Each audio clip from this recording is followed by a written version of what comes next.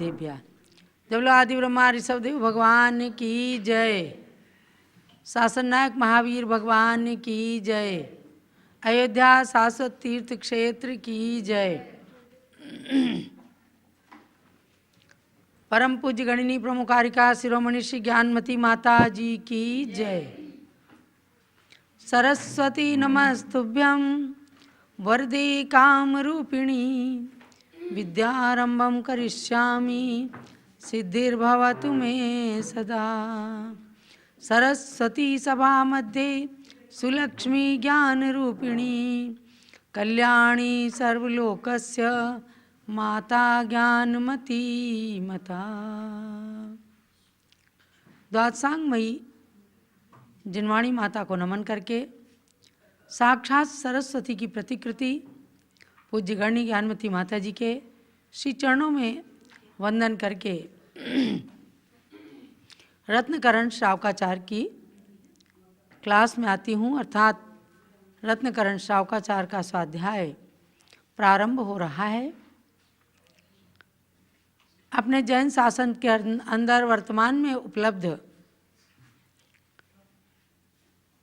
आचारांग श्रुत के आधार पर लिखे गए श्रावकाचारों में 36 प्रकार के श्रावकाचार आज उपलब्ध हैं। उन श्रावकाचारों में प्रधानता से रत्नकरण श्रावकाचार का नाम लिया जाता है। इसके साथ वसुनंदी श्रावकाचार, उमा स्वामी श्रावकाचार आदि भी हैं।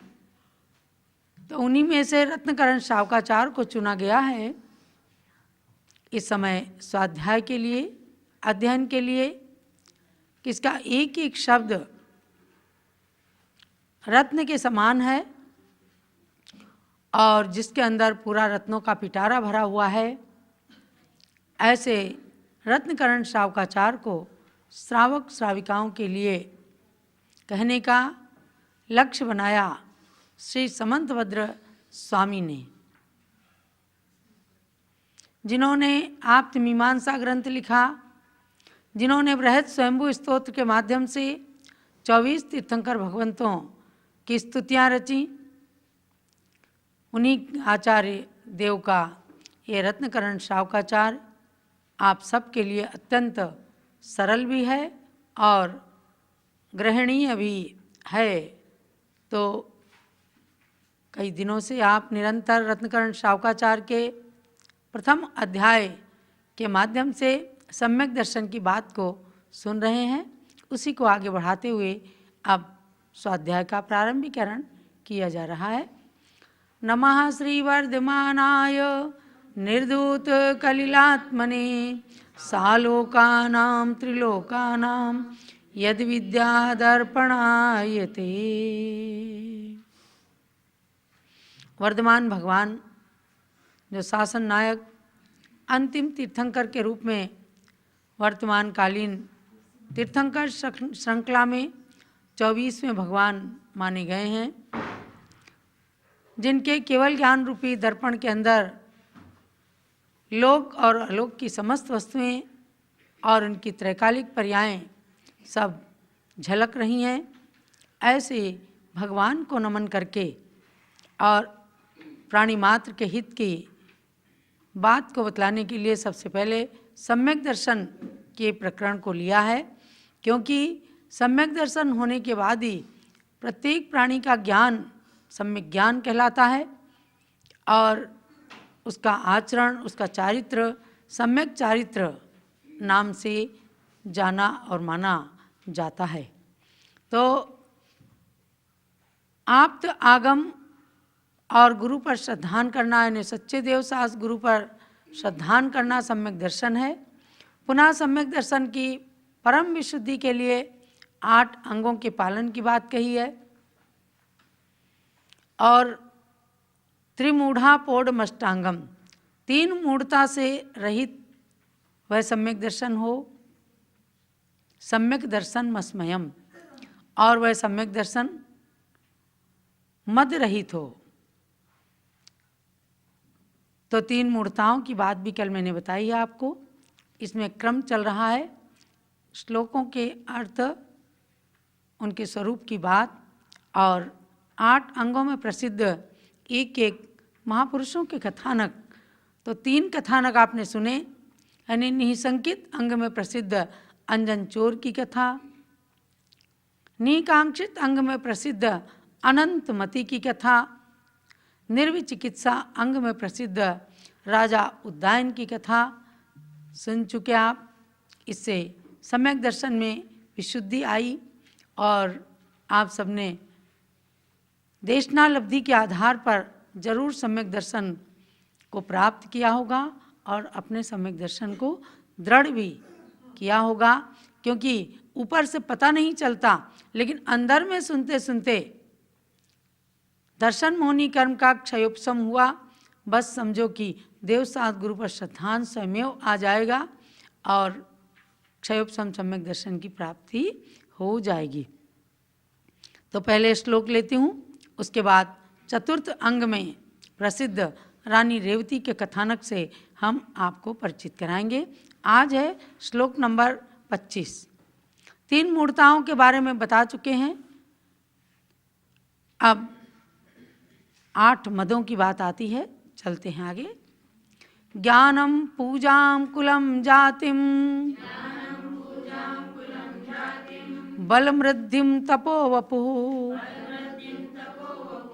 अष्टावाश्रित्य मानित्वम, स्मयमाहुर्गतस्मयाः। सरल और सरस पद्यानुवाद को भी पढ़िएगा, एकदम अर्थ स्पष्ट हो जाता है और उसके बाद विशेष अर्थ की बात करूंगी। निज ज्ञान और निज पूजा का, निज कुल जाति का, निज बल का, निज वैभव का, निज तप का, निज के शरीर सुंदरता का, इन 8 से या किसी एक के आश्रय से मद हो जाता। मद रहित मुनि मद करने को, बस दोष कहें ये दुख दाता। आहू कहते हैं, कौन कहते हैं और क्या कहते हैं? तो इस बात को कहा कि कहते हैं माने उसके बाद कर्म आना चाहिए क्रिया के साथ। स्मयम मद को, स्मय माने मद, अहंकार, मान, उसको कहते हैं। और कौन कहते हैं?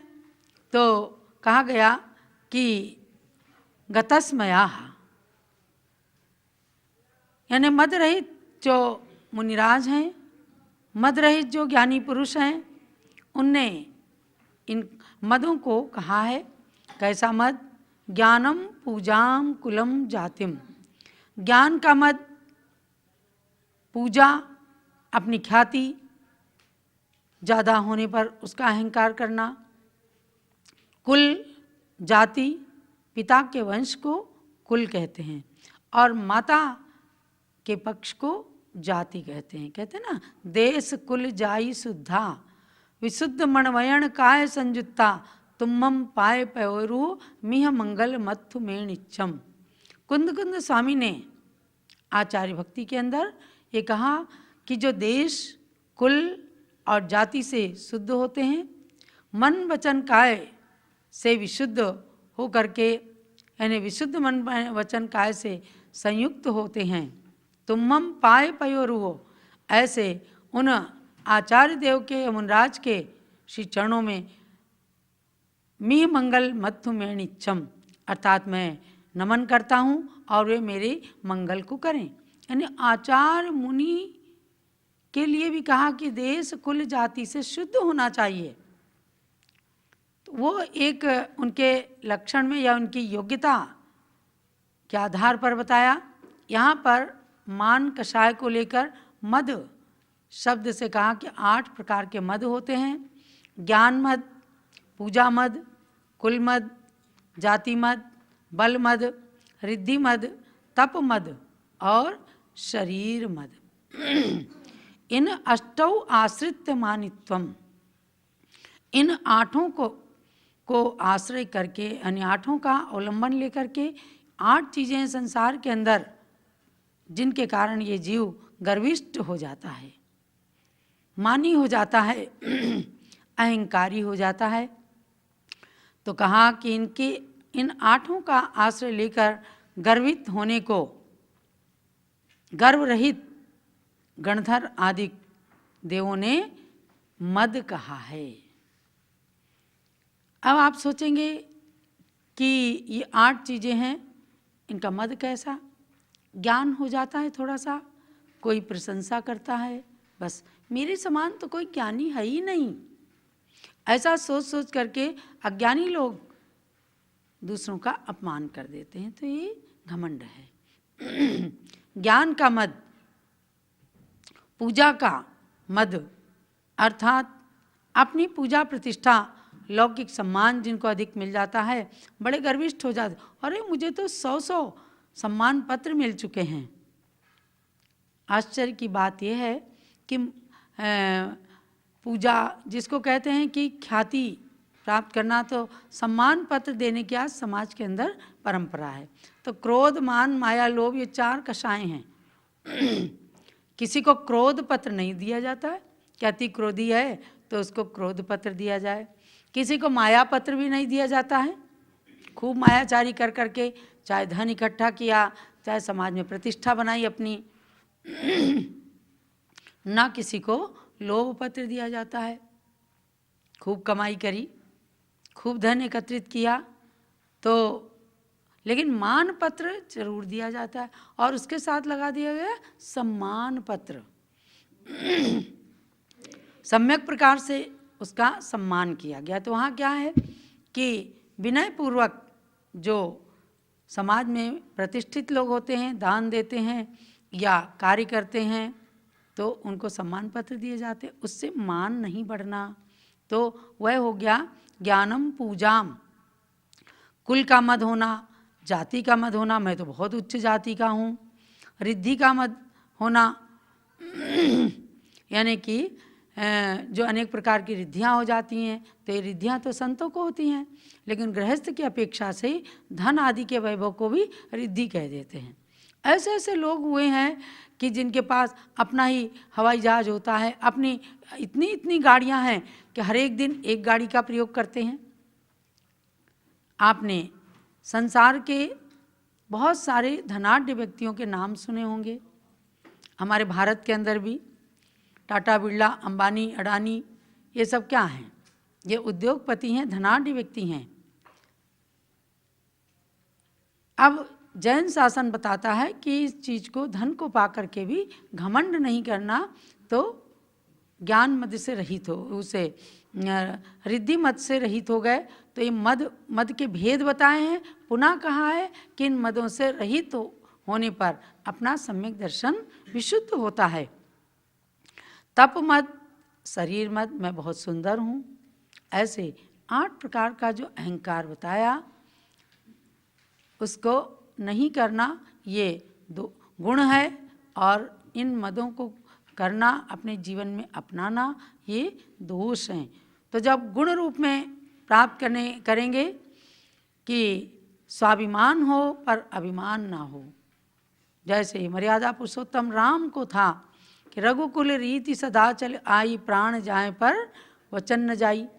अपने रघुकुल का स्वाभिमान था, लेकिन अभिमान नहीं था।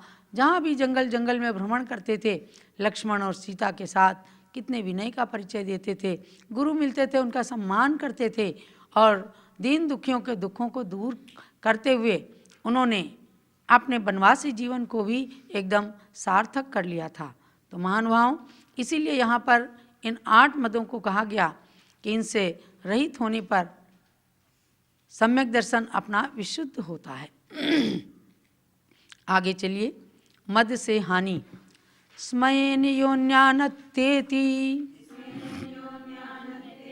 धर्मस्थान गर्विताशयः सोत्येति धर्ममात्मीयम् न धर्मो धार्मिकैर्विना। जो मद के वश उन्मत्त हुआ, धर्मी जन का अपमान करे। वह अभिमानी अपने स्वधर्म का ही सचमुच अपमान करे। क्योंकि धर्मात्मा लोगों के बिन धर्म नहीं रह सकता है, अतएव सुदृष्टि धर्मी का अपमान नहीं कर सकता है। यानी गर्व से आखिर हानि है क्या, उसके लिए बताया कि जो मद के वश में होकर के, मदोन्मत्त होकर के धर्मात्मा जन का अपमान करते हैं, ज्ञानी का अपमान करते हैं, रत्नत्रय और रत्नत्रयधारियों का अपमान करते हैं, तो वह अभिमानी समझो कि अपने ही आत्मधर्म का अपमान करते हैं। क्योंकि धर्म धर्मात्मा के बिना नहीं रह सकता।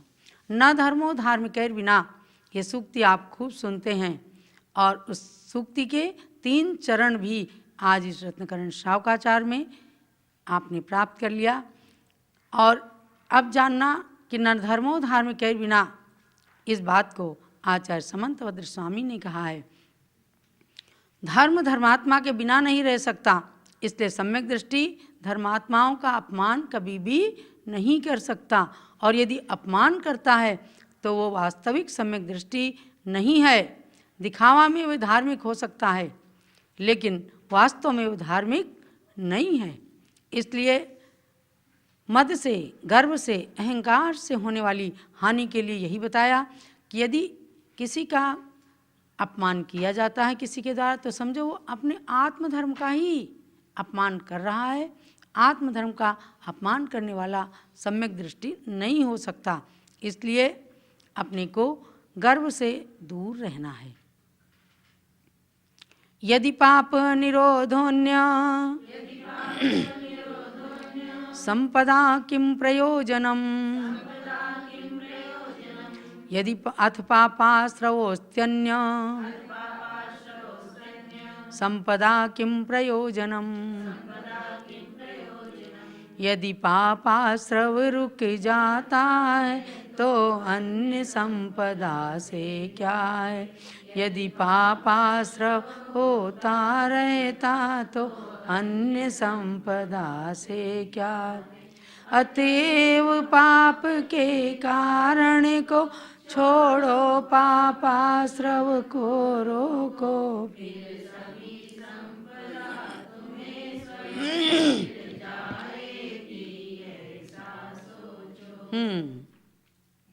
यानी संपत्ति को पा करके लोग गर्व करते हैं, अभिमान करते हैं। तो आचार्य देव कहते हैं यदि पाप निरोध होन्य, यदि पाप का निरोध हो गया, यानी पाप कर्म रुक गए, यानी आपने पाप नहीं किए, तो उससे बड़ी संपदा कुछ भी नहीं हो सकती। अन्य संपदा से क्या लेना, यानी पुण्य से ही सारी संपत्ति मिलती है, और पाप रुक गया माने पुण्य आ गया, तो बाह्य संपत्ति से क्या प्रयोजन है। और अथ पापाश्रवोस्त्यन्य, यदि पाप का आश्रव हो रहा है, निरंतर आप पाप बुला रहे हैं, पाप हमेशा पापी व्यक्ति पाप कर रहा है, तो संपदा किम प्रयोजन, फिर संपत्ति आएगी कहाँ से, उस संपत्ति से ही क्या प्रयोजन है। इसलिए पाप के कारणों का त्याग करने रूप पापाश्रव को रोकना चाहिए। पाप कर्म के उदय से ही दूसरों का अपमान करने की भावना होती है। पुण्यात्मा जीव यदि असली पुण्यात्मा है तो कभी किसी रत्नत्रयधारी का, किसी ज्ञानी का, किसी धर्मात्मा का कभी अपमान भी नहीं करेगा, और वह पुण्य को एकत्रित करने की सामग्री का ही हमेशा संचय करेगा। इसलिए कहा कि पापों के कारणों का त्याग करके और पापाश्रव को रोको, क्योंकि पाप से क्या होगा, दुर्गति का भाजन बनना पड़ेगा, तो अपनी पुण्य की संपत्ति क्षीण हो जाएगी। अगर पुण्य की संपत्ति को एकत्रित करना है तो पाप के आश्रव को रोकना पड़ेगा। पुनः सभी संपदाएं तुम्हें स्वयं ही मिल जाएंगी, अन्य संपत्ति से फिर कोई प्रयोजन नहीं रहता। देखो जितने भी तीर्थंकर, बलभद्र, चक्रवर्ती, इन लोगों को जो सांसारिक संपत्ति मिली है ये पुण्य से मिलती है। आज कुछ लोग धारणा बना लेते हैं कि देखो फलाने इतना पाप करते हैं तो भी उनके पास संपत्ति है, लेकिन आपको जानना है कि उसके मूल में कहीं ना कहीं पूर्व जन्म में उन्होंने पुण्य का संचय किया, तभी जा कर के आज उनके पास संपत्ति आई या वे बड़े आदमी बने या समाज में प्रतिष्ठित बने। अब यदि पुण्य का संचय कर रहे हैं तो भी आगे जा कर के वे पुण्यात्मा पुनः बनेंगे, और यदि पाप का संचय कर रहे हैं तो उन्हें कोई रोकने वाला नहीं है। पाप पर पाप, पापानुबंधी पाप प्राप्त होता चला जाएगा, और गर्विष्ठ होकर के या मद सहित होकर के पाप का संचय करके अपने सम्यक्त्व का घात करेंगे और संसार के अंदर परिभ्रमण करते रहेंगे। इसलिए इस श्लोक को बहुत ही अच्छे से याद कर लेना, कंठ के अंदर इसको रख लेना, क्योंकि पुस्तकस्था तो या विद्या पर हस्तगतम धनम कार्य काले समुत्पन्ने न सा विद्या न तद्धनम। नीति वाक्य है कि पुस्तक में स्थित विद्या जब आप पुस्तक खोलेंगे तब मिलेगी।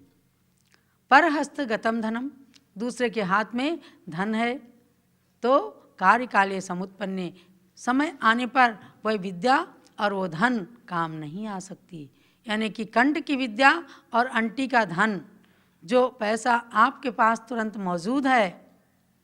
अब आज तो एटीएम का युग आ गया, पेटीएम का युग आ गया, लेकिन तो भी ये सूक्तियाँ कभी निरर्थक नहीं होती।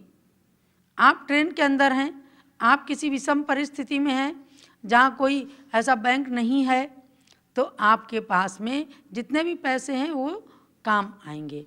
और जो ज्ञान है, जो कंठ में विद्या है, वो कभी भी बेकार नहीं हो सकती। चाहे आपको चोर लुटेरे कितना भी धन लूट लें, लेकिन विद्या धनम सर्वधन प्रधानम, विद्या का धन और खास करके कंठ की विद्या वह कोई भी हरण नहीं कर सकता। हमेशा समय आने पर विपत्ति से छूटने के लिए कंठ की विद्या काम आती है। तो महानुभाव, इस सम्यक दर्शन के प्रकरण को विस्तृत रूप से कथन करने में आचार्य समंतभद्र स्वामी का एक ही अभिप्राय है कि प्रत्येक प्राणी अपने जीवन के अंदर सम्यक दर्शन को धारण करे और सम्यक दृष्टि बन करके अपने मोक्ष मार्ग में चले। अब आपको सम्यक दर्शन के चतुर्थ अंग में प्रसिद्ध हुए जो रेवती रानी का नाम है, उनके बारे में चतुर्थ अंग का नाम क्या है? अमूढ़ दृष्टि अंग। यानी कैसी भी परिस्थिति आने पर मूर्खता की ओर, मूढ़ता की ओर नहीं जाना। इसमें रानी रेवती ने प्रसिद्धि को प्राप्त किया। आपको अब जानना है, न जाने कब से हम सब मूढ़ बन जग में भटकते हैं, लोक में रह कर सच्चे देव गुरु मुश्किल से मिलते हैं, खुद को भगवान कहने वाले भी हजारों हैं नर जग में।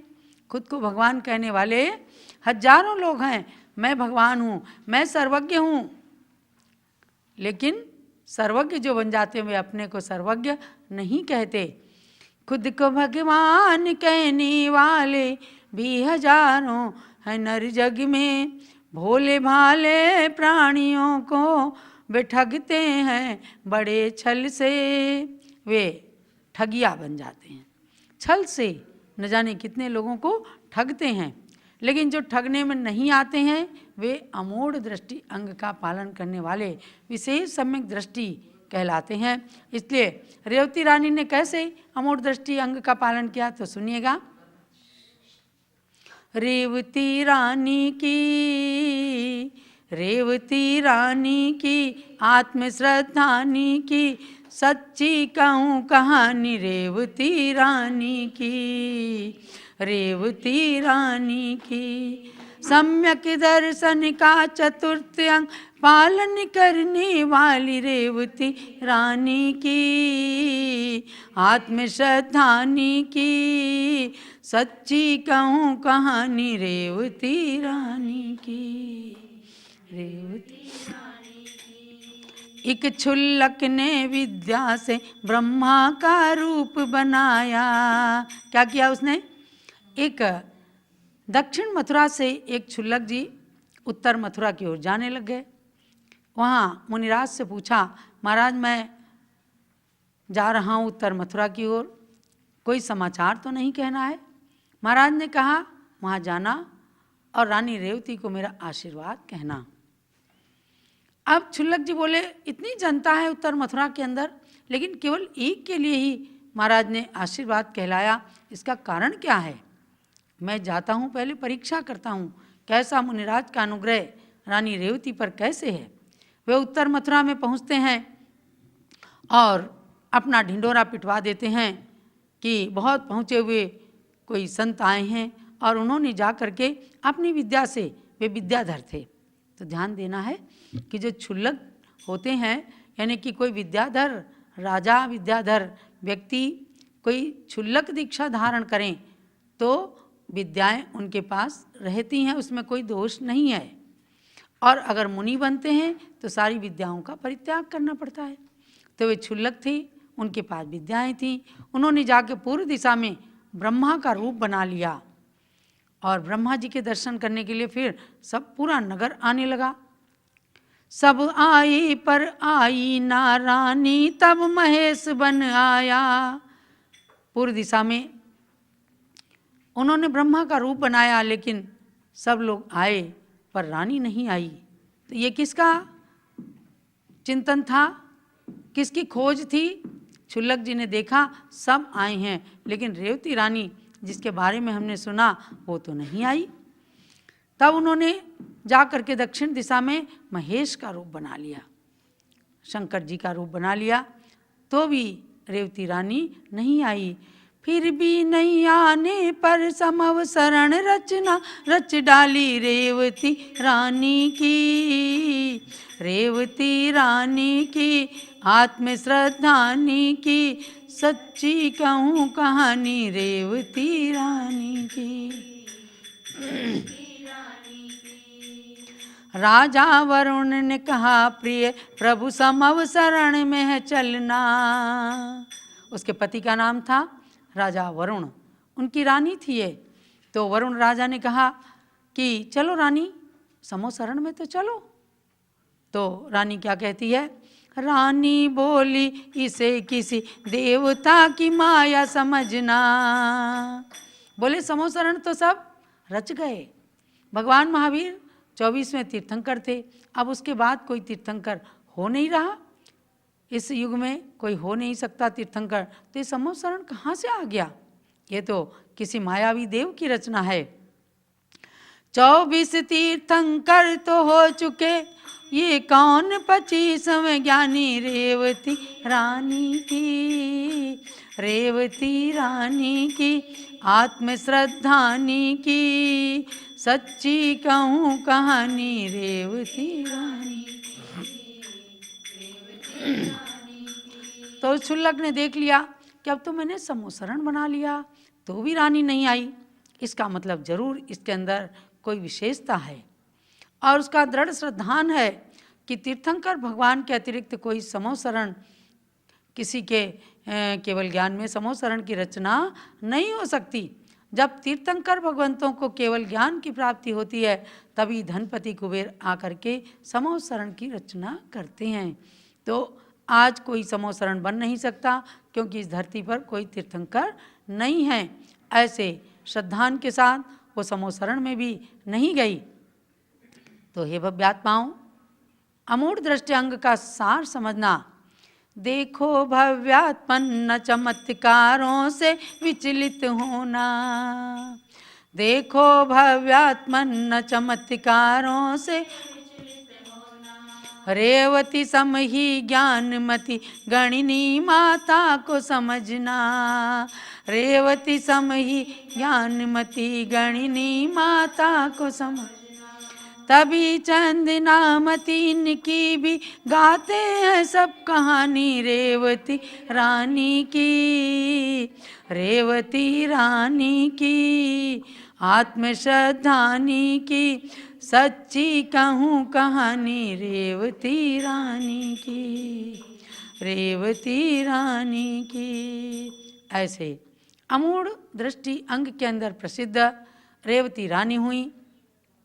बहुत सारे लोगों के बीच में, असंख्य प्राणियों के मध्य में रानी रेवती का नाम समंतभद्र स्वामी ने चुना। आज वर्तमान में सम्यक दर्शन का दृढ़ता से पालन करने वाली स्त्री पर्याय में भी नारी के उच्चतम शिखर को प्राप्त गणि ज्ञानमती माता के अंदर भी हम सम्यक्त्व की दृढ़ता देखते हैं। सुबह से लेकर शाम तक केवल जिनेंद्र भगवान की भक्ति के अतिरिक्त उनके जीवन का कोई लक्ष्य नहीं रहता।